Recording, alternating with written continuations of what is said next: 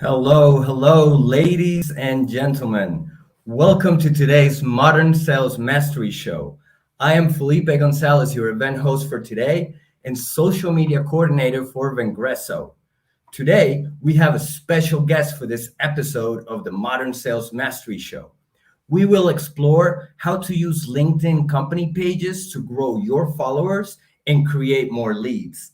But before I invite our guest over, let me introduce you to our show host for today, Vengreso's own Chief Visibility Officer and the one and only LinkedIn expert. Please help me welcome Viveka von Rosen. Viveka, take it away. Okay, I totally just want to take you with me everywhere I go. Like, go into a restaurant and there's Felipe. Like, welcome. Welcome, Viveka. Thank you so much, Felipe. Hey, everyone. Welcome to today's show. I am super excited. I'm always super excited. I know. But I really mean it today because we've got Devin Reed on, and he's head of content strategy over at Gong. Gong is an amazing tool that Vengreso's been using for a couple years now. It records your conversations. It gives you insights into sales conversation. There's all kinds of stuff. Devin will tell you about that. You'll learn more about Gong as he answers questions for us today. But the main reason I'm excited to have Devin here today is because he's going to be talking about company pages. And usually I'm the quote LinkedIn expert because that's my Twitter handle. But Devin really has grown the Gong page like astronomically. So usually we have a sales audience, but if you are in sales and you're listening to this show, go grab your marketing team. Go grab someone on your marketing team and say, you've got to listen to this show because Devin Reed is going to tell you how to grow your page. And I'm going to be obviously listening and taking notes with my glowing green screen in the background. Okay, let's bring up Devin. Awesome. Hello. Hey, what's up? Devin. You beat my intro or you took my intro, which was, I was like, Felipe's fantastic. I also want him. Maybe since he's going to be following you around, he can just do my voicemail memo. Like, you've reached Devin Reed and just like really gas me up and make me like sound really important, and then leave a message at the beep. Exactly. I think, Felipe, can we do that? Thumbs up. Yeah. Isn't it great? I know. Fantastic. Well, I'm obviously super psyched to have you here today. I am really excited to learn from you today. So I'm just going to jump right into it. Forget the niceties. Like, give me some info. What kind of growth have you seen on your LinkedIn company page since you actively started growing it? And tell us a little bit about, like, what did it look like before? When did they bring you on? And give us some of the deets.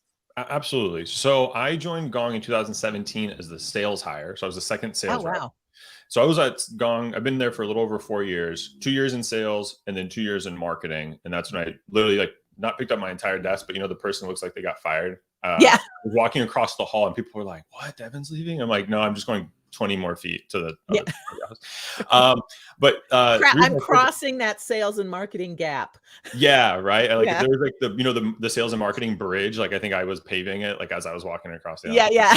But I bring that up because a lot of the things I'm going to talk about today are like because I was in sales or because of this. So I like to kind of start there. But so what it was is right when I kind of joined the marketing team and was the one man band for content for a while. One of the specific things that our content strategy is about is aligning to strategic initiatives. So one of the strategic initiatives, because Gong was very early, rather at conversation intelligence and at Gong, is when you have an emerging like market or category rather, it's really, really important to be number one and to be number one early. And so that was something our CEO and our CMO really wanted to focus on. And we can kind of go more into that. But one of the ways that we decided we would be number one was to build the largest and most engaged community on social media. Now, anyone listening probably has a LinkedIn account because you're in sales or marketing. So you know that if you're in sales, you pretty much open 3 tabs every single day if they're not already open from the night before. Email, I'll say CRM, but usually Salesforce, and then LinkedIn. So we figured, where can we build a community? Well, we're going to talk about LinkedIn. We built on email as well, but we were like, let's build on LinkedIn. The reason why is, it's kind of like cool now, like build your, or the personal brand or whatever. But we know that there are people who can buy now, who will and can buy now. And there's people who can and will buy later. No matter what you do, they're never going to buy right now. So let's engage with them. Let's build trust and credibility. And then when the timing is right, we'll get them later. Yeah. So we were at about 12,000 followers when I first joined the team. So pretty respectable. We definitely had done some things on LinkedIn, but it wasn't, we weren't getting hundreds of likes and comments yet. It was just kind of like a introduction type phase. Over the last 2 years and some change, we've since grown from 12,000 to now 100 and about 12,000. So I think it's like 10-ish X. And we crossed 100,000 a couple months ago. And so it's been fantastic in terms of the results we've seen. And I know it's easy to say like, oh, followers, that's like it's a fluff metric, or that's just for brand or whatever. But if you're strategic with those followers, you can start to have real impact. And the things I think that are fairly obvious people want is like, MQLs are pipeline revenue. That definitely was achieved. But you also get some other benefits that aren't necessarily you're intentional, but you're not necessarily trying to in terms of your top 3 KPIs, which are things like partners want to come inbound. Really good partners want to come partner with you. Great candidates see your brand and go, wow, that looks like a fun place to work. I want to work there. So it has a lot of benefits outside of just like core pipeline gen. Yeah. MQLs, I hope everyone knows, but that's marketing qualified lead. Yes. Thank you for Yeah, that's amazing. So from what you said, 17? No, 11,000. From 12,000 when I joined. Yeah, it was like June or July of 2019. Yeah. And you're almost at 112,000. So growth of 100,000 followers. And yeah, I mean, fluff metric maybe, but engaged followers, that's what you're looking for, right? Like, so that's amazing. So how did you do it? How did you grow your LinkedIn company page?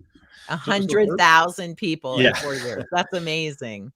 So I think when you think of like, it's kind of like in sales, like if we want sales, what should we do? We should ask people to buy, but that's not really how sales works. We all know that, but like, there's still kind of that mindset of like, if we want people to, if we want our marketing to lead to sales, we should ask people to buy or like download this or whatever. We took a different approach, which was what people would call brand content. And the way we kind of view it is like edutainment. So can we educate and entertain? If you do that over and over again, you condition people again, like I'm either going to get benefit from like joy, laughter, whatever that emotion is, or benefit like Gong's going to help me be a smarter, better, faster salesperson. Right. And so that's really what we focus on was like value. We call them value posts or value content because it's not about the CTA first. It's about providing value. Absolutely. So the way that I started was what's working today, right? I had no marketing experience other than some like freelancing, kind of getting, my feet wet. I'm like, what's working today? Let's run with that. And then I have an education background. I went to school to be an English teacher. And so I know fundamentally some people like to read, some people like to watch, some people like to listen. Yeah. So if you have content, which we had, that was a research blog series that was very popular, why don't we make that into video content? Why don't we make that into audio content? And now we're repurposing without really having to do a ton of extra thinking, if you will, right? Not new ideas and new concepts. Yeah. So the first thing I did was kind of take those Gong Labs, which is our research blog, and make them into posts, like on LinkedIn, like shorter, like truncated posts. Yeah. And then also I'm pretty decent on video. So I'm like, I'm going to make video content that's just how to. Just like how to have a better discovery call, how to handle objections. And because I know that salespeople really want to get better. They really are hungry for tips and tactics and insights to get that competitive edge.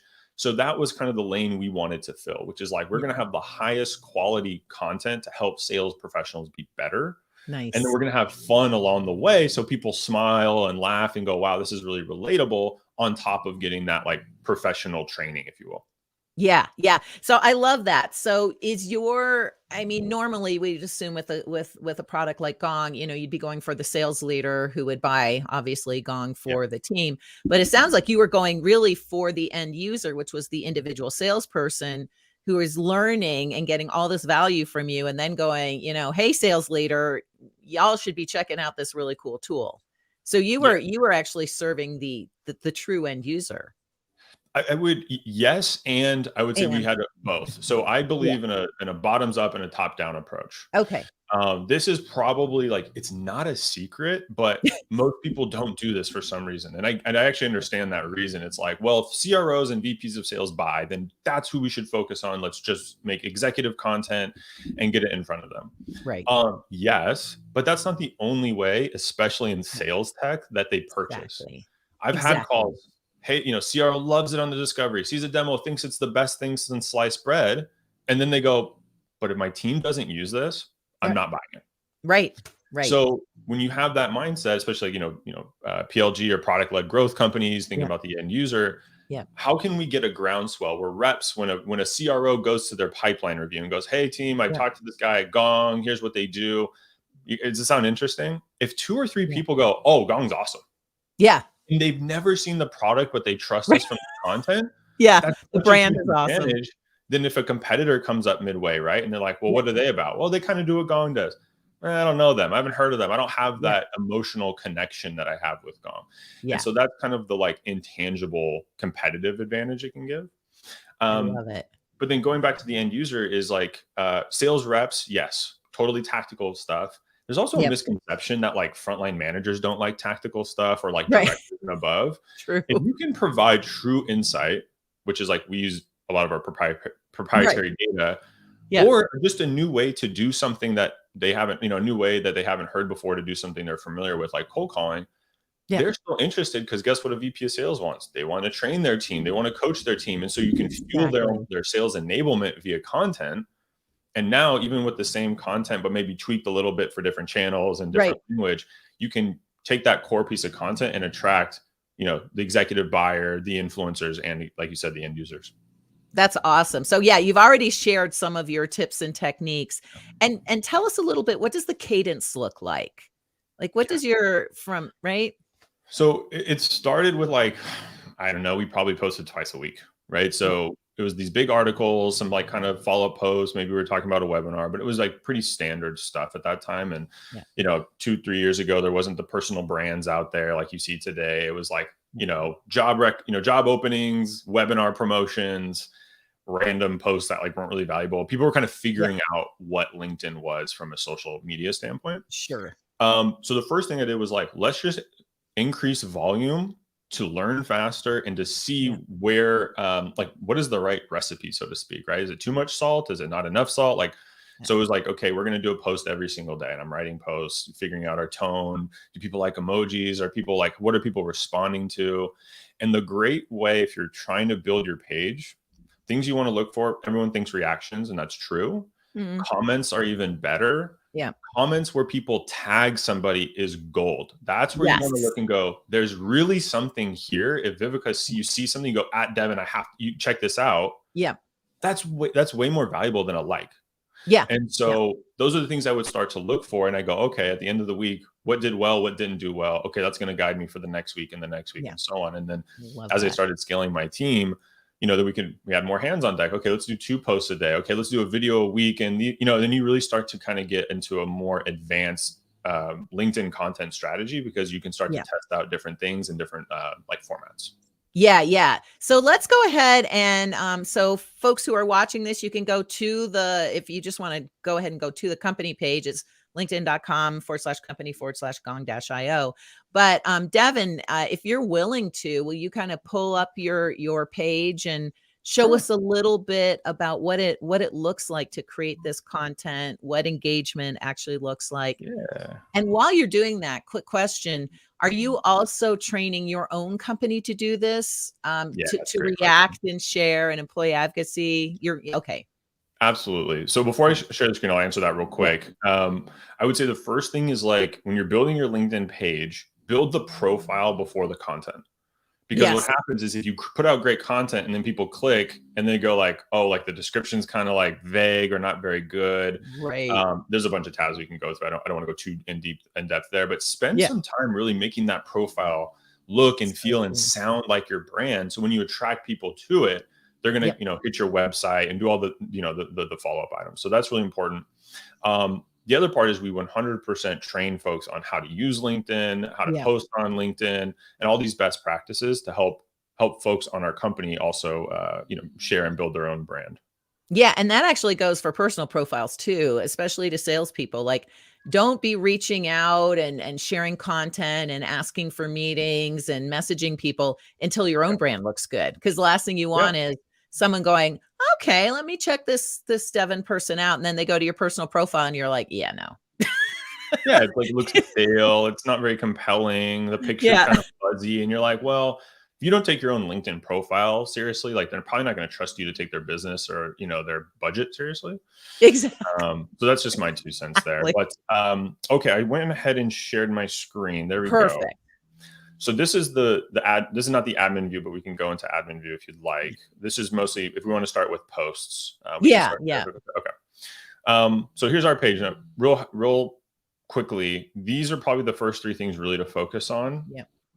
And what I mean by that is, like, this is probably not best practice because it's a very brilliant design, but it doesn't say Gong. It doesn't say what we're about. So based on where your company trajectory is and how well known you are, you're going to want to tweak these things to make sure, like, maybe you have the revenue intelligence platform here and then you change this up. So just kind of high level stuff there. But when we come down to posts, what we're doing is we have a very specific content strategy in terms of how many posts a day, how many posts per week, the formats of those posts, and the call to action for those posts. Yeah. The surprising thing to most people is about 20% of our posts have a call to action. Everything else is take it, engage with it, like it, love it, carry on with your day. The goal is that if, to your point, Viveka, if you tag, Felipe's never heard of Gong. Right. You're going to hit this page and do what we're about to do, which is go through this content together. Now, if by the third post, or my goal is by the third post, it's irresistible to Felipe. If he's in our target audience, he goes, this is amazing. How do I not know them already? This is great. And I go punch follow and I'm excited. Yeah. So that's the goal. So the first thing is take advantage of pinned posts. This is something that happened today. Gong was in the Wall Street Journal. So that was a really cool thing. It was an ad. We didn't do a write-up. We did an ad, but still very cool. Yeah. And so right away, you might read at this post and go, wow, Gong was in the Wall Street Journal. They must be kind of a big deal.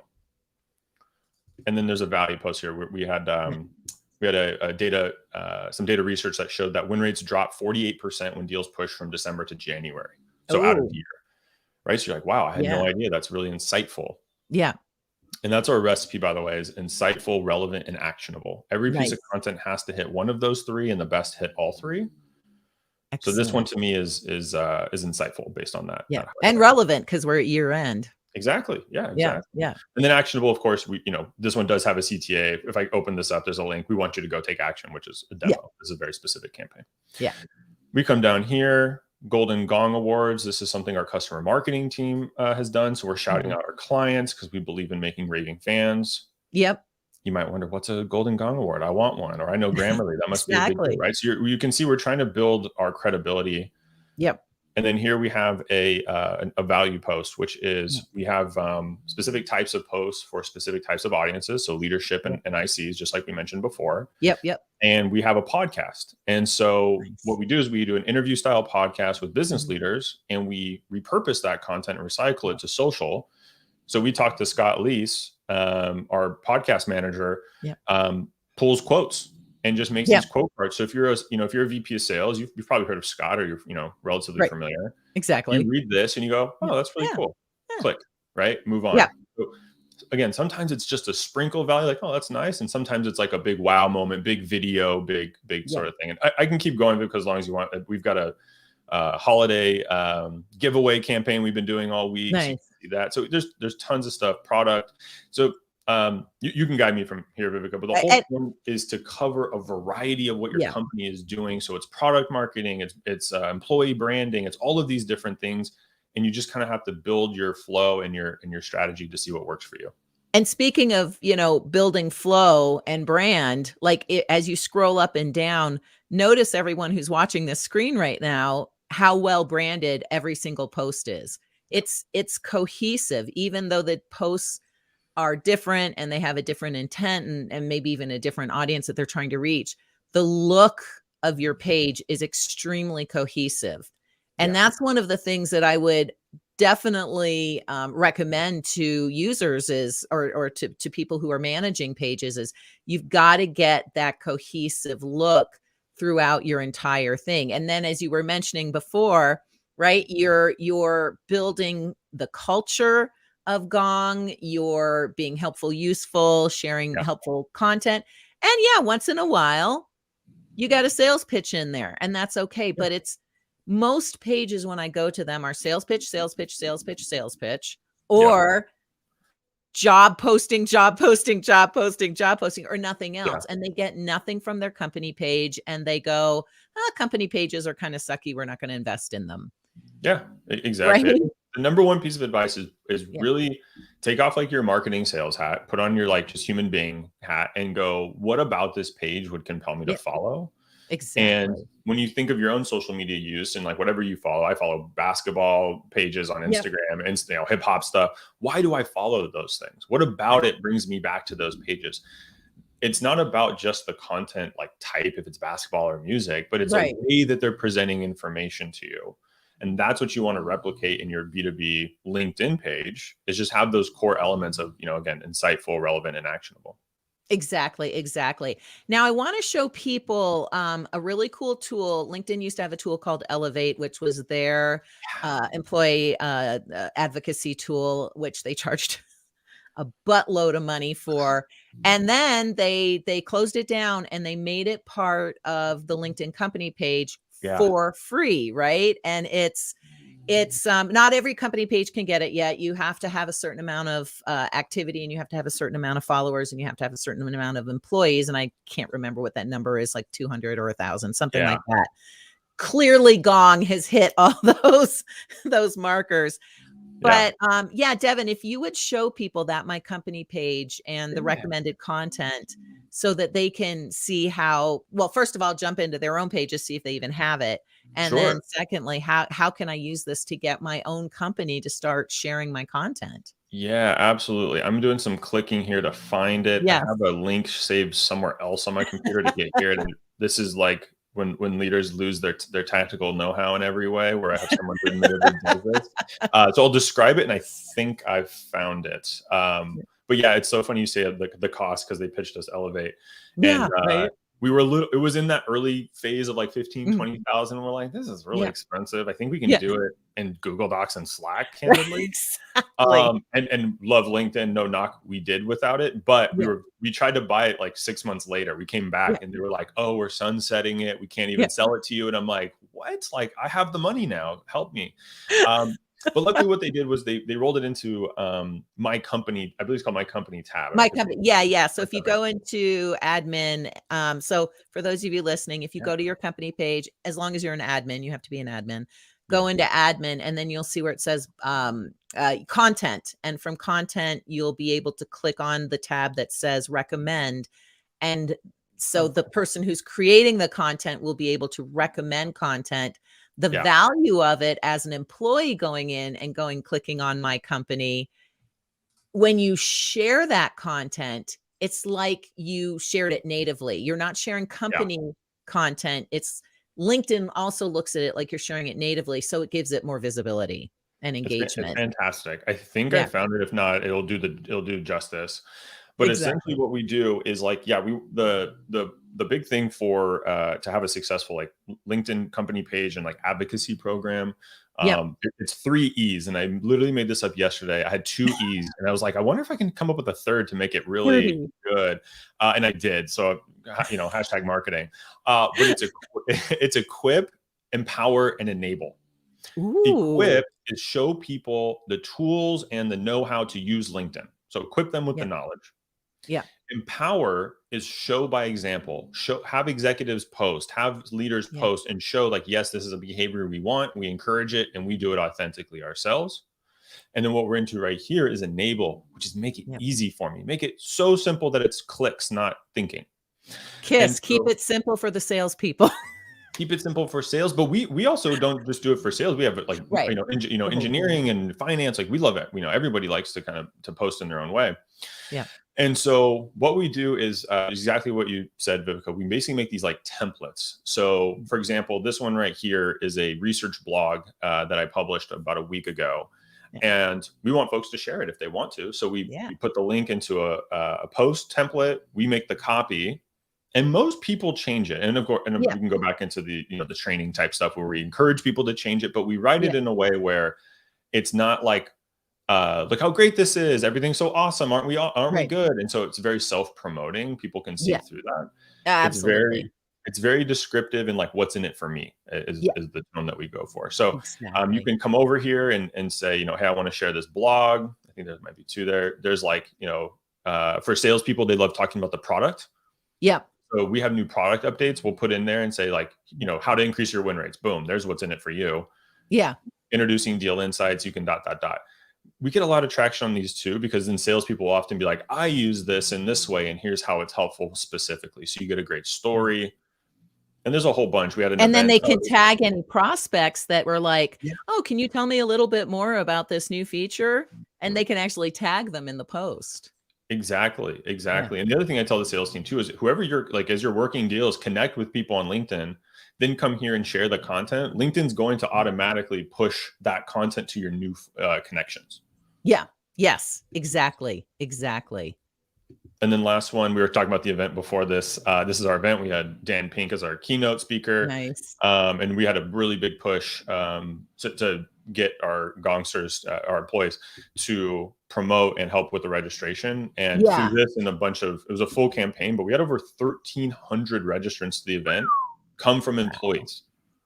That's impressive. It was crazy. We broke records like 2x on that one. We were very surprised how it went. And we had incentives because this was this is a company-wide campaign.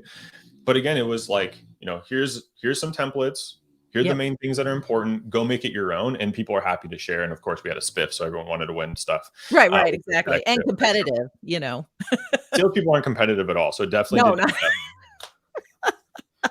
Yeah. But, it's how many companies have annual events or user events with great people like Daniel Pink, who are the keynote, and they're not utilizing employee advocacy to get the message out there. And what a huge loss of opportunity that is. The cost of inaction is nuts. The way I tell people is, think about how many, like, when you're spending for marketing, right, you're thinking of, cost per lead and impressions and all those things. On average, let's just say people get, 1,000 views on a post. That's, about normal-ish, maybe a little high, but let's just say 1,000 for relatively easy math. If you get 30 people at your company to post and you get 1,000 views, that's 30,000 free views on your event, on your product or whatever. Yeah. It's like if you had to pay per click that, right? Yeah, you would have to pay, or you could pay LinkedIn to do sponsored posts instead. You have a lower engagement rate, and that's not a knock on LinkedIn. Company pages have lower engagement rates than personal profiles.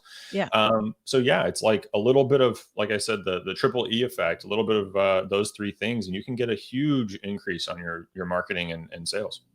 I love that. I've taken notes. I'm definitely downloading the audio from this. It's been great. Felipe, who's on our, who's head of social, I'm sure has been taking many notes too. I think there's some tweaking we need to do on our page. And wow, I'm very grateful that we had you on today. We got a few more minutes left. Yeah. Any final words, any advice, anything you want to share about anything? I will say, don't try to do too much too fast. Yeah. This is what we just covered is 2.5 years about 2.5 years of making. So, Rome wasn't built in a day is the great cliche to use, but we did not, wasn't day one in marketing. I was like, this is the grand vision. We're going to get there tomorrow.